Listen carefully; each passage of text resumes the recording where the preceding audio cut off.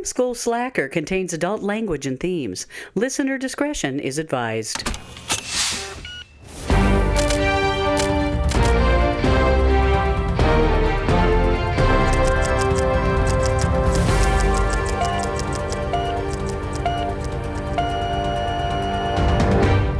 And welcome to Film School Slacker, the podcast where I go through my ever-growing list of movies I have not seen, and joining me is my friend Megan. Hey, that's me. And I'm Ian. Yeah, Sorry, you're Ian. I'm Megan. Yeah. That's where we're at. That's our deal. So anyway, we're back. We're back to the two of us this week for a one that it's one of those like cultural zeitgeist films that like everyone has seen but me. Mm-hmm. So this week we are watching Gladiator, which is kind of apt because the second one came out very recently, right? Yes, it did. And we did actually time that one out. That was an on purpose thing. Gladiator from 2000, rated R, Ooh. directed by Ridley Scott, written by John Logan and William Nicholson. Dave Franzoni as a story credit. Starring Russell Crowe, Joaquin Phoenix, Connie Nielsen, Richard Harris, Jaimin Hansu, among others. So there's a bunch of old white guys. Classic. And yeah, like, what do you know about Gladiator? If you say it's about gladiators, I might have to smack you. Well, don't threaten me with a good time. I'm kidding. Well, my understanding is it's something to do with the Roman Empire. Is my assumption, and obviously gladiators, but it is my understanding that there's like more to it than that. Like there's something much more deep in like the power dynamics of the Roman Empire. Mm-hmm. That's kind of the only thing that I can glean at this point. All right. Otherwise, yeah, I don't have any additional info. Cool. Yeah. And Ridley Scott, for better or for worse, I do tend to enjoy his movies. Mm-hmm. Because The Martian is probably in my top. Oh my god. My top 10, top 15. I just rewatched it recently. It's really good. It is so good. It just works. It's Something about it just so works. good. I was trying to do other things while I was, watching the movie, and that's what I've seen before. And then you sit down, you get sucked in. I got sucked in. I'm like, I can't look away. Oh my god, Matt Damon is all beardy and Captain Blondebeard. He's a space pirate. It is one of those movies where I just go, oh man, like everything about this just works, and every actor like knew the assignment. They made an under the table Lord of the Rings reference with friggin' Sean Bean there in the room. Oh, it was phenomenally great. Had Childish Gambino. Like, why not? Like, it has everything. So, anyway, but we're not watching that movie, unfortunately. No, we are watching Gladiator. That came out 24 years ago. Oh my god. I'm excited to see the sequel. I don't know when I will see the sequel because Wicked also came out recently, so we're gonna have to go see that first. Precisely zero time to see Wicked, but it is on my list. Yeah, I'm also one of those people that kind of didn't pay a lot of it. I was kind of cynical about it because I was into burnt out on Wicked. Yeah, after that like makes sense. I don't know, 1,000 years of Wicked being like just like in the cultural zeitgeist. That was our when we were doing theater. Yeah, that was the big show. Right. Like I think Kevin would say Rent was probably his, show. Even though he really doesn't like Rent. Well, that's kind of my thing. Is it's the same thing. Like, it's that when it's like the over the top like theater show that everyone knows, it gets kind of irritating after a while. Mm-hmm. And like my sisters, I mean, they didn't really do theater, but like Hamilton was the big thing when they were. Yep. So it's the show that you get a little overexposed to. Right. But from what I've heard, the movie's actually very good. Yeah. So I'm excited to check that out too. But anyway, all right. Well, let's watch this. Let's Gladiator movie and see where we'll see. Joey, you like movies about gladiators? Sorry, airplane doesn't matter. Oh, okay. It's a dumb reference. All right, let's roll the tape. Roll it.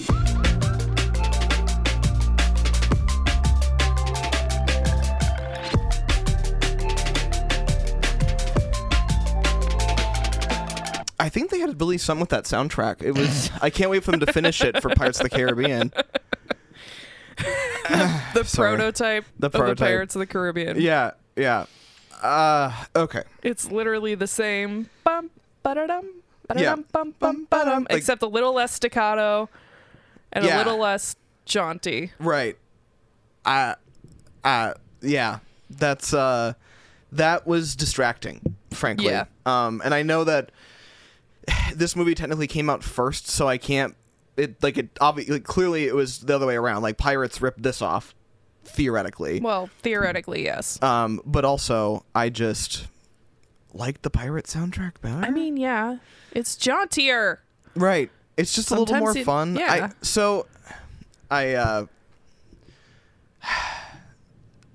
This movie is interesting to me. Okay. How so? It was like a really well executed sports ball movie. Like, no part of it was like bad, and there were even some parts that were like interesting and like I'm like, this makes me interested in like the history. Mm-hmm. But at the same time, like, I just kind of like I couldn't be bothered for some of it, I guess. You know what I mean? It's like this very much falls into the World War II middle-aged dad energy. Oh, okay. Yeah. That makes sense. And some elements that I like. Like, don't get me wrong, there are some I fall into some of the trappings of the middle-aged dad interests, but I don't know. Like, it was really well executed, mm-hmm. and I just kind of couldn't be bothered.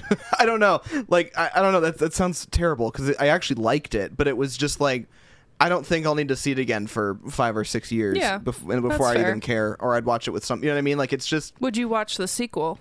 Yeah. Okay. Yeah, I'd watch the sequel.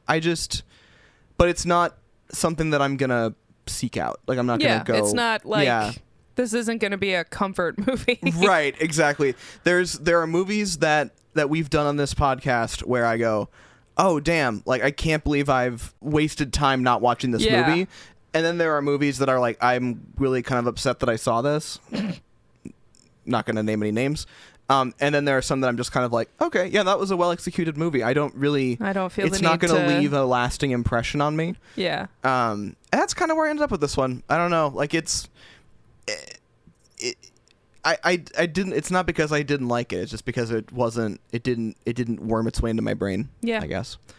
But I can dive into let's do your notes, some notes because here. I guarantee there are some bangers in there.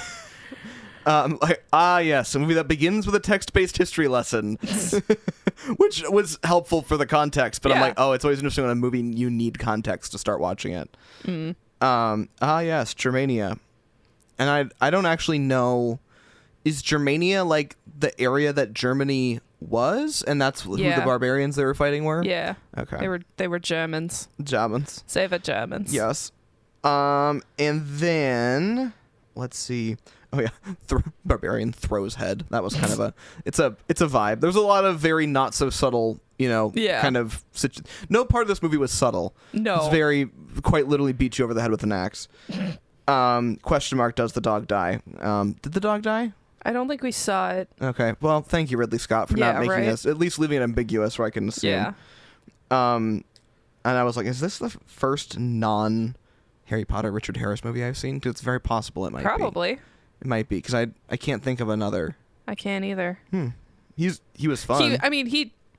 He for me stole every scene he was in. 100%. Especially in the beginning, he's magnetic to watch. Absolutely. And I don't feel that way with him as Dumbledore.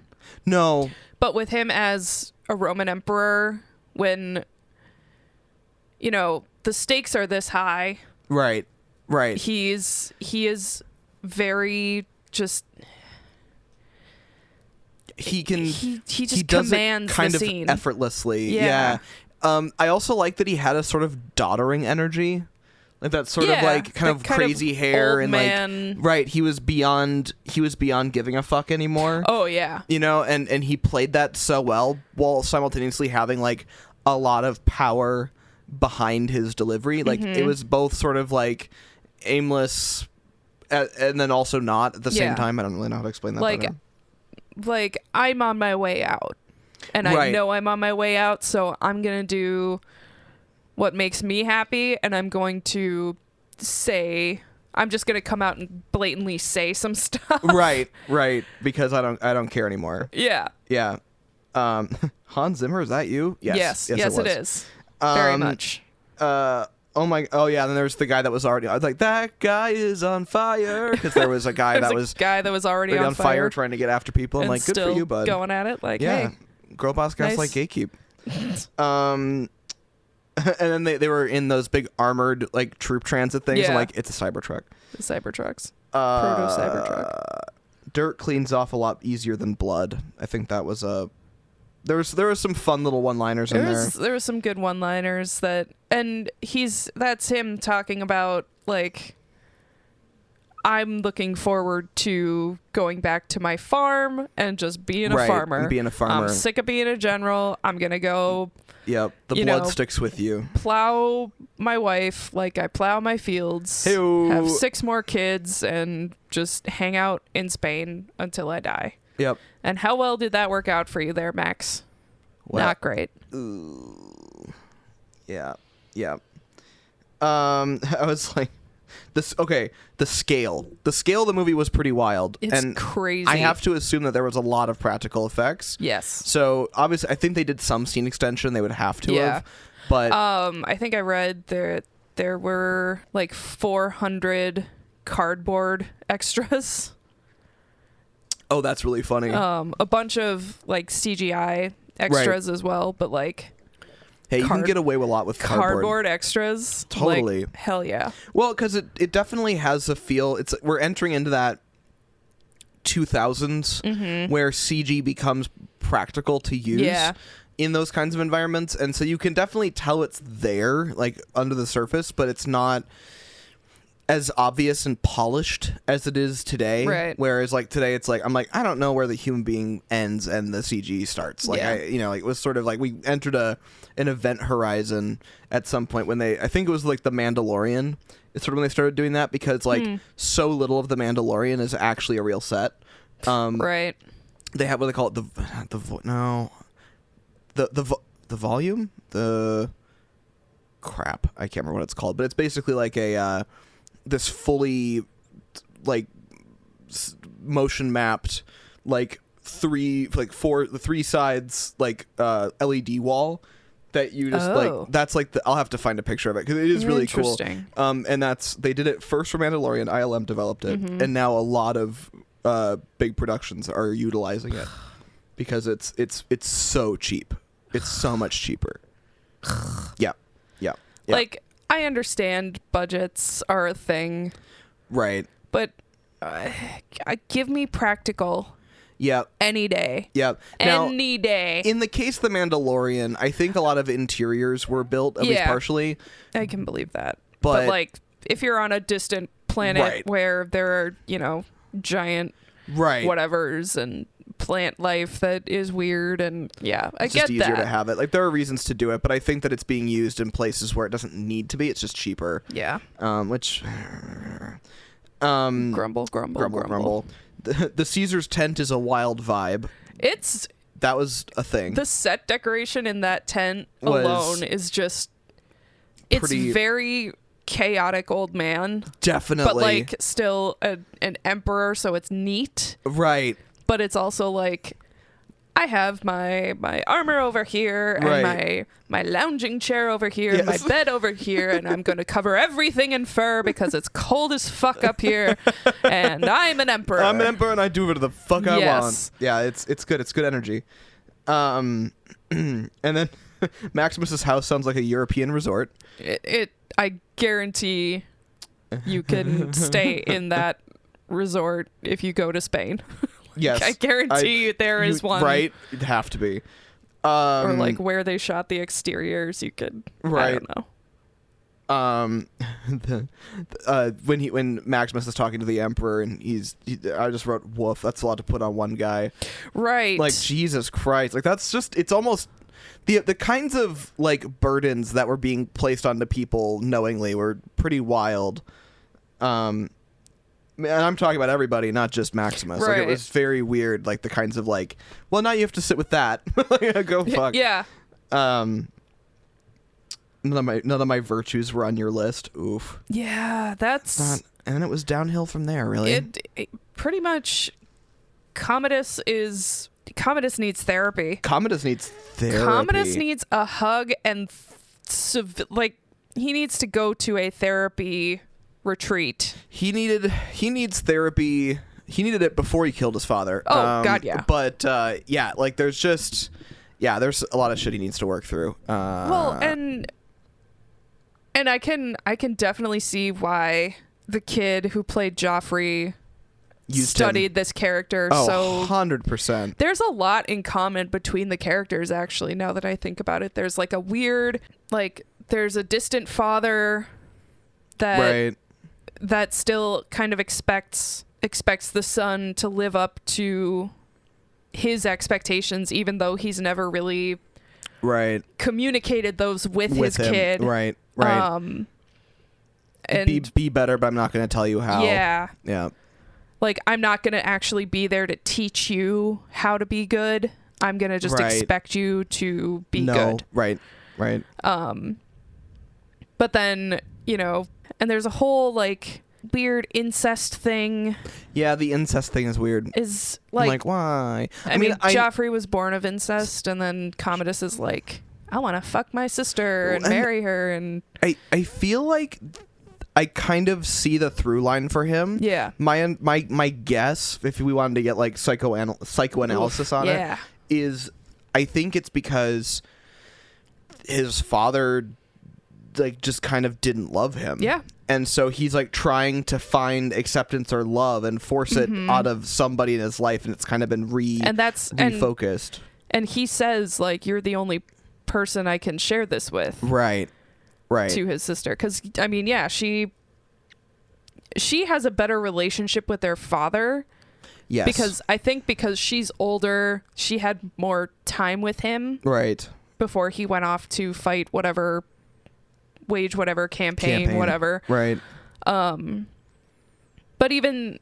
like he even acknowledges like, if you had been born a boy, you would have been awesome as emperor. I would have gladly passed the I'm just like, pass the throne make her to emperor. you. Also, yeah, like just make her fucking emperor. Like everyone sucks. Everyone sucks. Make her emperor. Right? Empress. Yeah. She can be queen as fuck. Connie Nielsen is queen. Truly.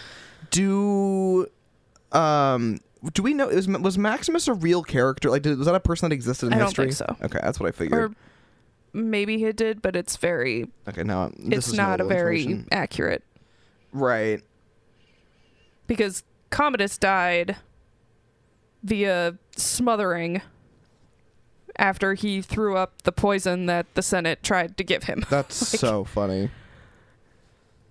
Fictional character, but he's based on several characters. Yeah.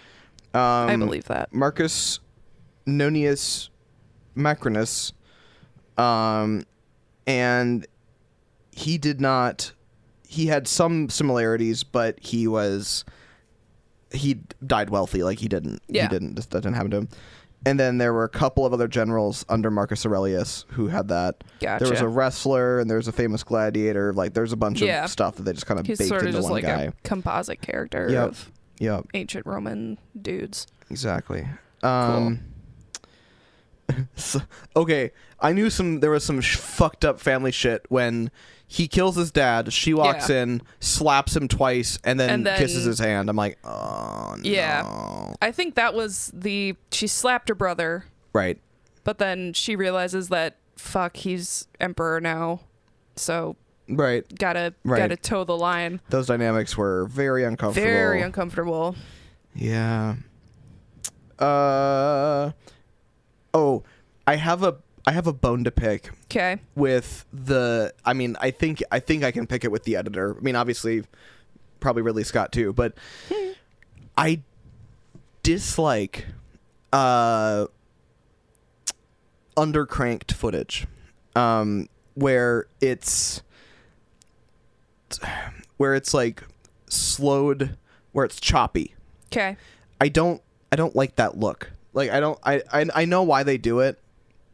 from a narrative conveyance perspective, but I really don't like it feels uncomfy to me. That's when he's like dealing with his injury that's infected and probably has a fever and is being transported to no, this was Algeria. Before that. Oh. Well, and after. They used it a few times. I didn't write down specific moments, but it was the very like where like it's like slow-mo, but it's choppy. Oh.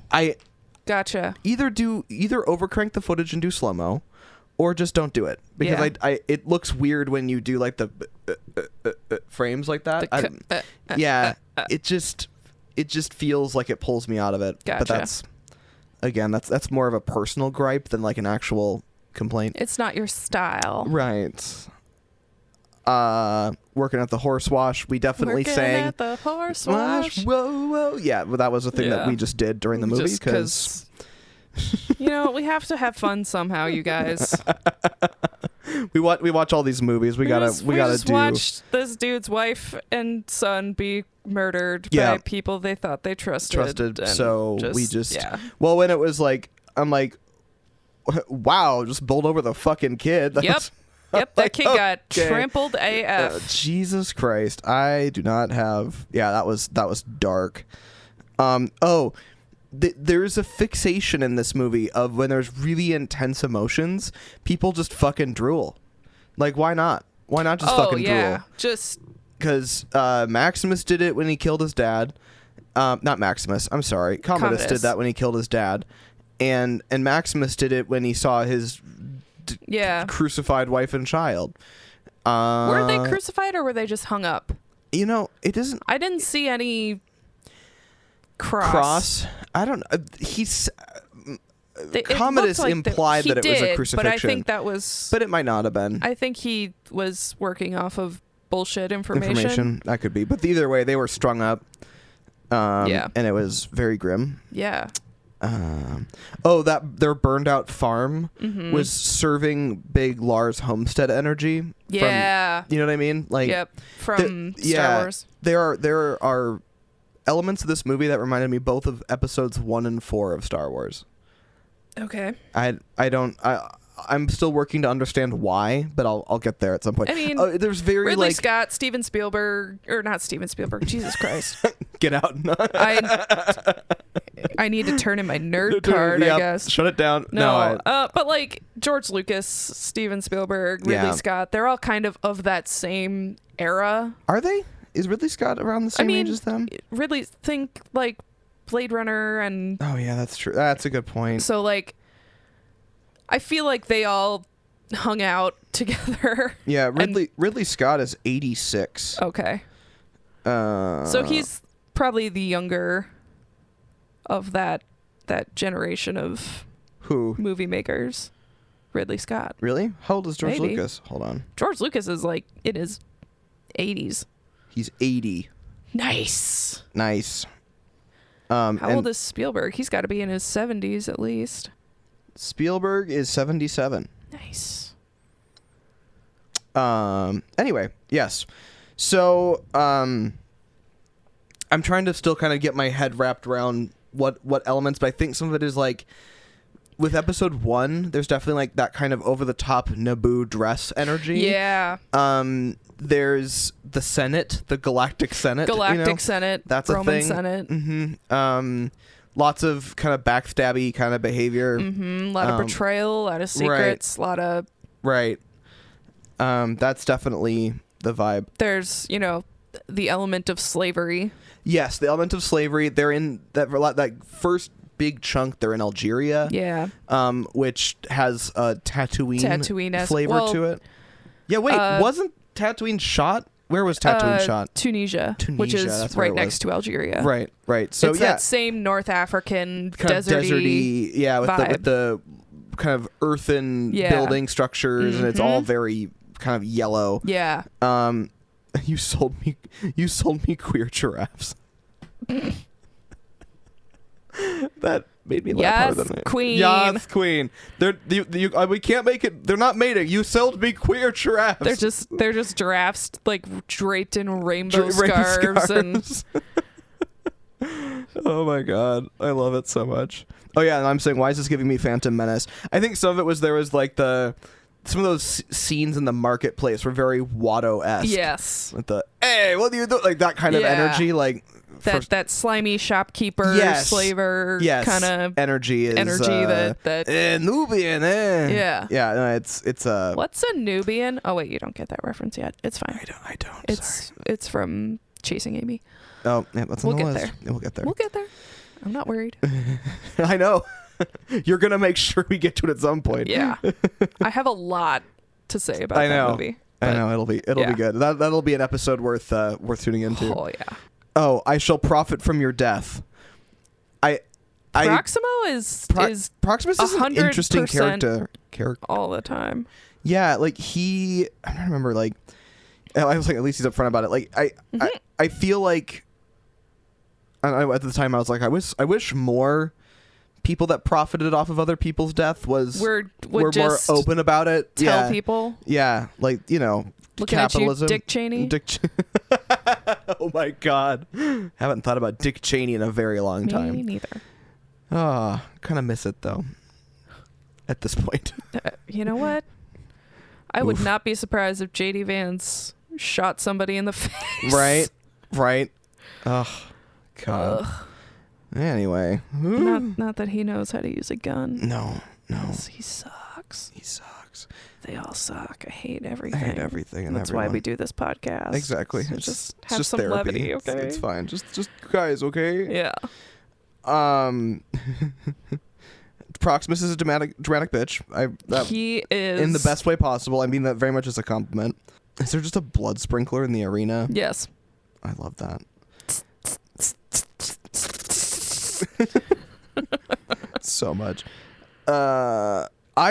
I fully thought that he and oh my God, I can't think of his name now. Jubo? Yes. Judo? Yeah. I'll have to look it up. Jaimin Hansu. Yeah. I was fully expecting them to get pitted against each other at some point. Yeah. And that did not happen. Yeah. Like, I was really expecting that to be like, they're going to be buds. Then he's going to have to, like, then they're going to have to fight, and then then he's going to have to kill him. But no, like... No, Commodus just made it all about himself, so it was fine. Well, yeah. But, like, that friendship is profound. Yeah. In its own way. Like, Jaimin Hansu is pretty much the one who saves his life from the infection from his arm. Right. He has, but like he's not made to be the mystical foreigner. Yeah, he's just a bro. He's just like it seems like they recognize each other's like sense of honor. Yeah. And they're immediately kindred spirits. Yeah. And yeah, it's a really beautiful. It's one of the like in retrospect, one of the very like most heartwarming parts of the movie. Yeah. Because he ends up living. Yeah. And he has Maximus's little talismans of his wife and son, and he buries them in the arena, and to like. Yeah. And he's like, you're home now. I'm free. Like, thank you for everything that you sacrificed. And It's just really refreshing to see the black guy. I don't think he's in the sequel, and I really wish he was. Right? I haven't seen the sequel. I plan to, but I haven't. But like, yeah, that could have been a really good character to bring back as well. Absolutely, because they brought back Connie Nielsen. Right. Even as just like a cameo. Like, he doesn't have to have like a major plot point, but just like he's just such a good character. Yeah. And I think it's interesting that he has gone on to play a lot of villains, or like kind of like villainy-ish. secondary villain characters. And it's nice. It's just he can play a genuinely good person so well too. Yeah. It was nice. He was. Yeah. I didn't realize how much range he had until I saw this. I don't see him in the. That's too bad. The sequel cast, which, like, would have been really cool to like. That was just like. I know, because it's the I don't even know, because they bring back Lucius the kid, right, and Lucilla his mom Connie Nielsen, Queen Connie Nielsen. Right. I don't And think I've ever seen her in nobody anything. else. Connie Okay. Nielsen. What else has she been in? She's been in... She was Hippolyta in Wonder Woman. The first one? Yeah. I've seen the first one. Yeah. She was Hippolyta. Yeah. The queen. Yeah. Okay. That is why she was familiar. Yeah. She just looks like kind of. That's my other thing with this movie is like everything is really good and really polished, but like nothing like floats to the surface in my memory of the watching the film just like 30 seconds ago. Like I'm like trying to like grasp at things that really stood out to me, And you're just kind of finding it was nothing. very slick. Everything is there, but it's not like It nothing is moves very... just smoothly smoothly through, and there's no like big moment or big character or whatever that really like surfaces to me. Like Yeah. everyone just kind of, it all is one blur. Yeah. I guess. That makes sense. I'm sure there's a better way to say that than I just said it, but you know, that's how we roll here. Yeah. Something very uncanny about the woman who should be in power is like not in power, and you just watch her work from the sideline. That's again a little Game of Thronesy, House True. of Dragon, Yeah. because the whole thing with House of Dragon is Rhaenyra should be queen versus her younger brother, and just like Yeah. let women be in charge. It's not that fucking Like, difficult. Just if the shoe fits, let it happen. Yeah. Like, it's not hard, people. Like if she looks like she'd be a good ruler. Yeah, let her have that position. If you say to her, I wish you had been born a boy so I could have made you emperor, Start get rid of thinking- the first part of that sentence. I'm going to make you emperor. Right. You are going to be queen. It's going to be great. Right. Fucking I'm sorry. Go for it. Little bit of a rant. It's been super frustrating for me recently, like with everything that's happened recently, Yeah. to wrap my head around the subjugation of women. Yeah. Women have the ability to create life. Yeah. Every single man came from a woman. Right. And how in the fuck did someone somewhere in our history as humans just decide that isn't incredible and that isn't wonderful and that women should be less than. It like is that is interesting. so fucked up. I'm sorry. Well, I'm not sorry actually. I'm going to keep ranting. Yeah. I can't fathom, and especially since all of these whiny quote unquote alpha males and bullshit, like all the bullshit on the internet these days, I'm literally like I can't understand why men specifically think they are superior just because they are bigger and theoretically stronger. I cannot understand. What I find interesting is like I can tell you now what the mentality is, right? It's the idea of, I think at this point in time men kind of fear women because of that power they have. And so like a lot of work is done to try to limit their power because men want to stay in power. To your point, though, how the fuck did that happen in the first place? Exactly. I would love to know. I want to meet the first dude who was ever like scared of a woman and then used it to subjugate. Yeah, it is really interesting. Tear his nutsack from his body. Oof. And maybe his penis. Just rip the whole thing off. I'm sorry. I'm very done with. I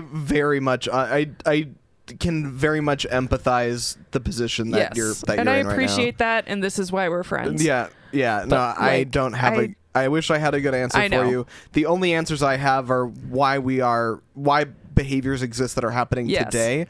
But you are right. I would love to know why to begin with. I want to know how that started, where it started too, like when and where, and how can I go and just shit in that guy's face?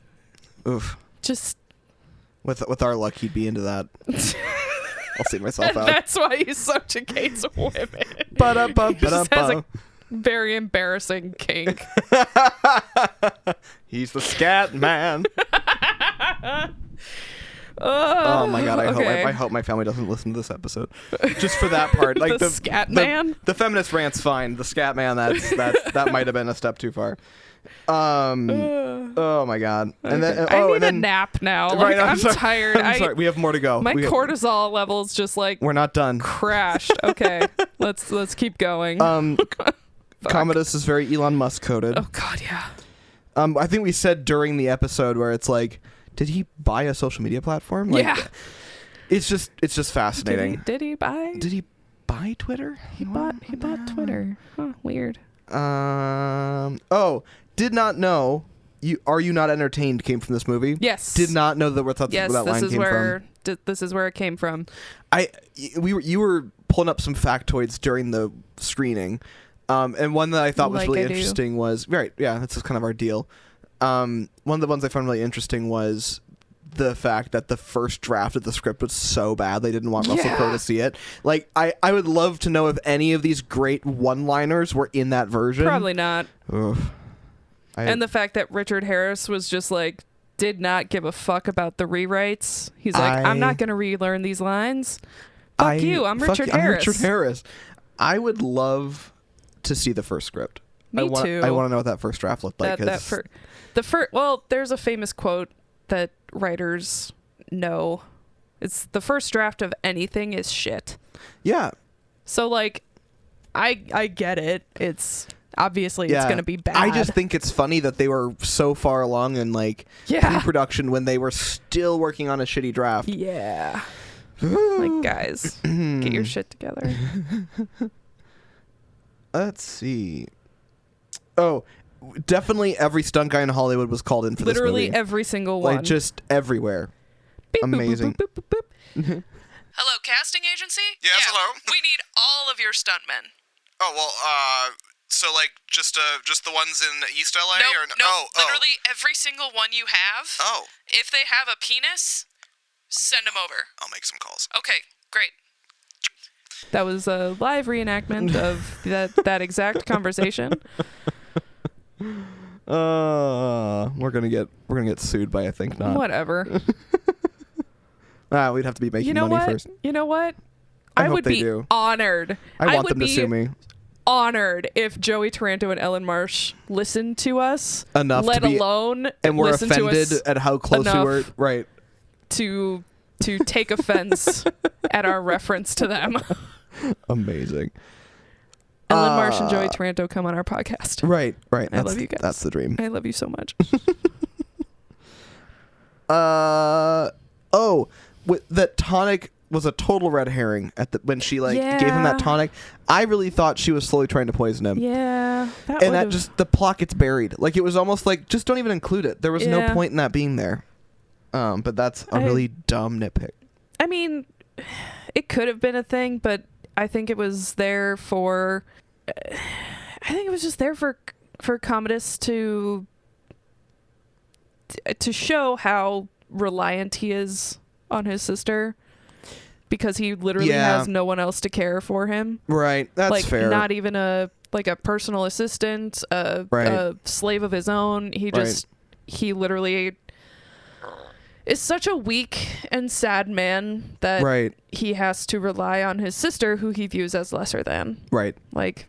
Again, I scroll up and see my previous rant. Like, we're gonna create a separate episode just for the rant. Literally. No, it's fair. It is.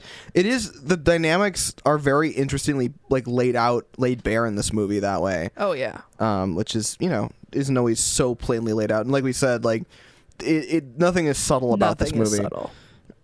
I thought we weren't watching Game of Thrones. Great, we got incest. My favorite. Great, we got incest. Great. We got when incest. When that started, I was like, no, God, boo. God, why? No, but I quit after one season for this very reason. Anyway. I mean, at least they weren't twins. True. Fair. Although I like another Game of Thrones note, Jaime Lannister has like one of my favorite redemption arcs, even though at the end of the show it's not really redemption. It's just like again, I could go on another long ass rant about that whole thing, but let's stick with Gladiator. Yeah. So sub podcast of just Megan's rants. Random rants.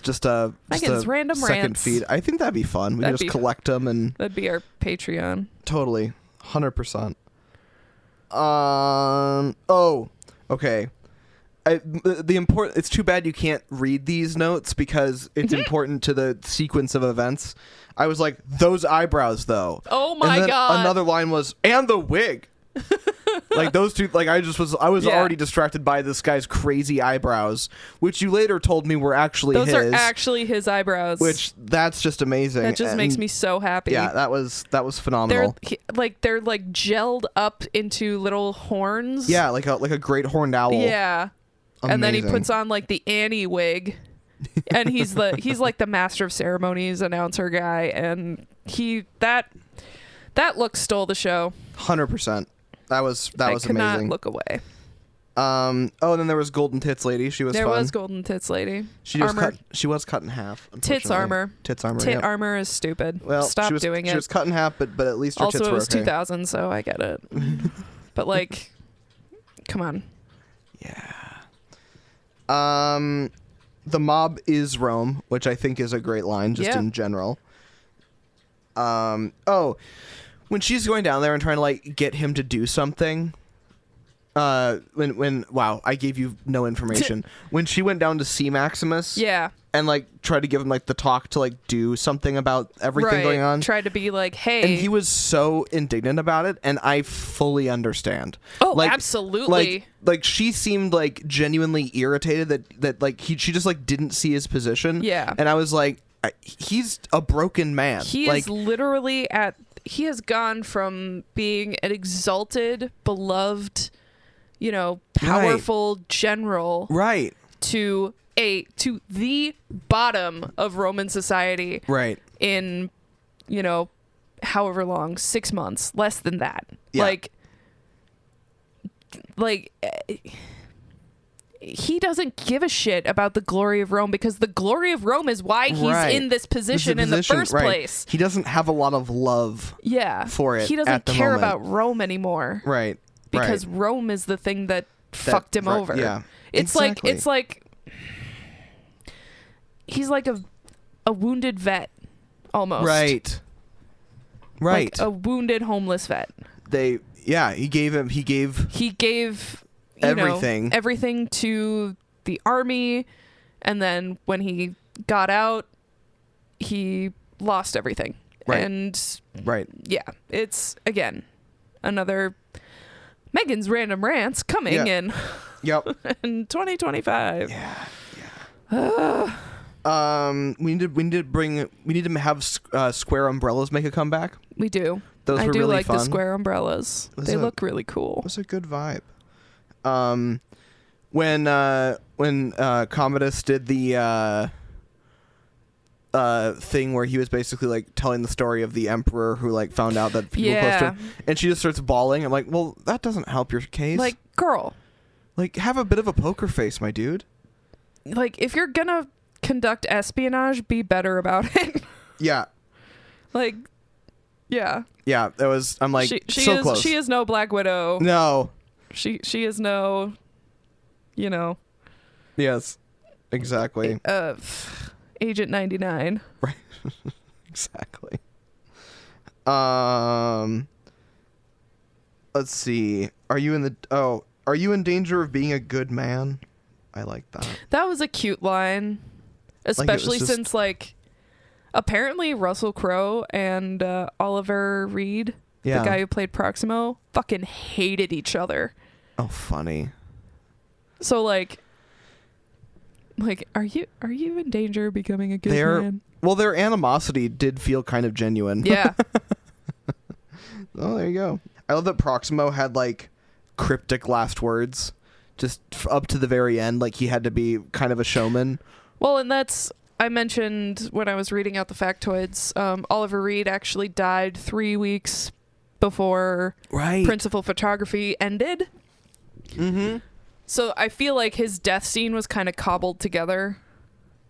It was a body double. Right. And like if you look at his last line where he says whatever the dust blob, dust and blood or whatever shit. Do you think they just extracted it I from think other that was a different shot that they used, and then they shot the body double getting stabbed and stabbed and stabbed.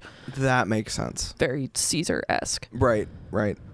Okay, I feel that. But yeah, he does, but like dust and blood, that's kind of the Gladiator's vibe.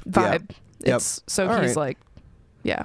Okay, that makes sense now. Yeah. But granted, like even not even thinking about it, like it still was like, it sounds like how Proximo would die. Like that's about right. I kind of wanted him to grab the wooden sword and fight with it a little bit, but I mean, but that would have been again, a lot. The actor died, and that was probably what they had wanted to planned. do, right? Because they even like insinuated it with the edit. Yeah. But then he just died. He just got stabulated. Yeah. Myrtleated. Commodus, when he was gonna fight Maximus, just Liberace wants his fit back. Yeah.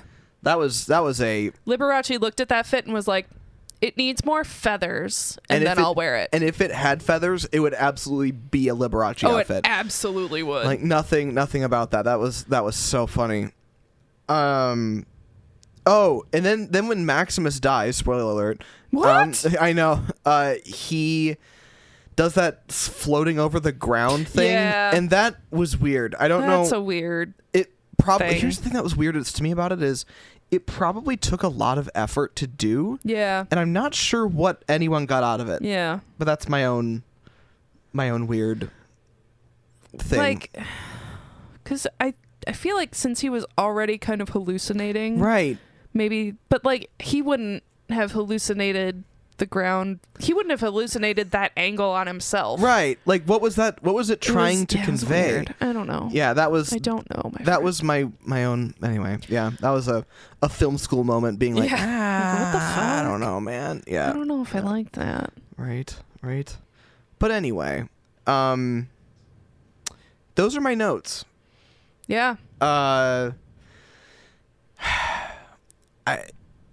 don't know. I feel kind of like this is a boring episode because, well, thank you for interjecting some rants because like I did not have a lot to say because it's, as is the Ridley Scott way, very well polished. Yes. Final product. Nothing really to complain about. That's obvious. Mm-hmm. But in this case, I didn't find that much that I found exceedingly interesting about the production. But I think that the story was worth telling. I think it's an interesting story to tell. I think it's sort of one of those like some things never change kind of energy. Yeah. Like you can see any time that you would watch this, I think there are parts of the world that you could relate to this story. So I think that's probably why it has so much staying power. But yeah, it was good. It just wasn't something that I found super exciting. I guess. Should we do our ratings? I think we absolutely should. Cool. All right, Gladiator. Here we go. Production and design. I think it was pretty much flawless. Yeah. I don't think there was anything to really complain about in terms of production design. Like it worked. I found the only things I found kind of weird were they'd made some odd color grading choices. Yeah. That weren't like a problem. I just don't know why. Weird. Yeah, it was just weird. Yeah, there was a couple of odd choices. Weird things, but overall pretty solid. Really good. Yeah.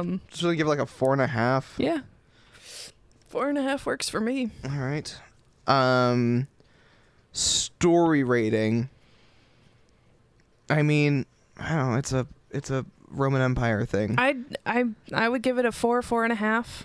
I'm gonna give Just it a because it has that relatability to It today. does. It does have a good through line. It moves pretty consistently. There's no real stalls in the storytelling.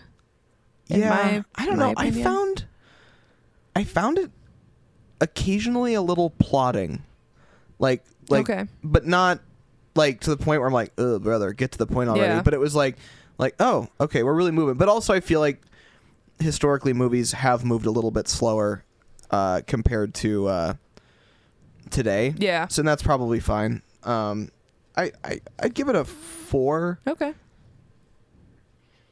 Let's see. Performances. 5. Yeah, I think a 5 is good. Joaquin Phoenix knocked it out of the park. That is true. He did. Russell Crowe won the Oscar for his performance, even though he didn't think he deserved it at the time. Classic. Of course, that would be exactly what Maximus would say. That's why it has to be you, It's Russell. so in character. Yeah, that's God, be less on brand. hilarious. I'll give it a 5. Connie I think- Nielsen. yeah, everyone was really good. Yeah. Cultural impact. I would say that this has had really big staying power. Yeah. It's in the cultural zeitgeist at this point. Yes. So I would give this maybe, I think this is a 4.5. Yeah. Just because like everyone knows about it. You can kind of glean your own beliefs about what you think it means, but I think everyone can relate to it. So that will put us in it gives us a 4.5 total. Nice. And that puts us, let's see, just behind the Addams Family and above Pretty in Pink. All right. I know, right? It's a weird place for it is to a be, weird but place. like It actually ties with the Addams Family. But, whatever. I love that for Ridley Scott. Right. Oh, it's actually a 3-way tie with Dogma, the Addams Family, and Gladiator. Oh, weird. They're all 4.5. I love that. And then Addams Family Values and Wolf of Wall Street are both 4.6. Yeah. So, yeah. That's fucking funny. That is pretty funny. I think it's funny that the highest rated... What do you think the highest rated non-flip the script episode is? I can't even remember all the ones we've done. I know. It adds up, doesn't it? Yeah. It's Wolf of Wall Street. I was going to say, it's got to be like Wolf of Wall Street. Yeah. But right behind it, Addams Family Values. Yeah. You know what? Right? Fair. Stand by it. Yeah. Well, excellent.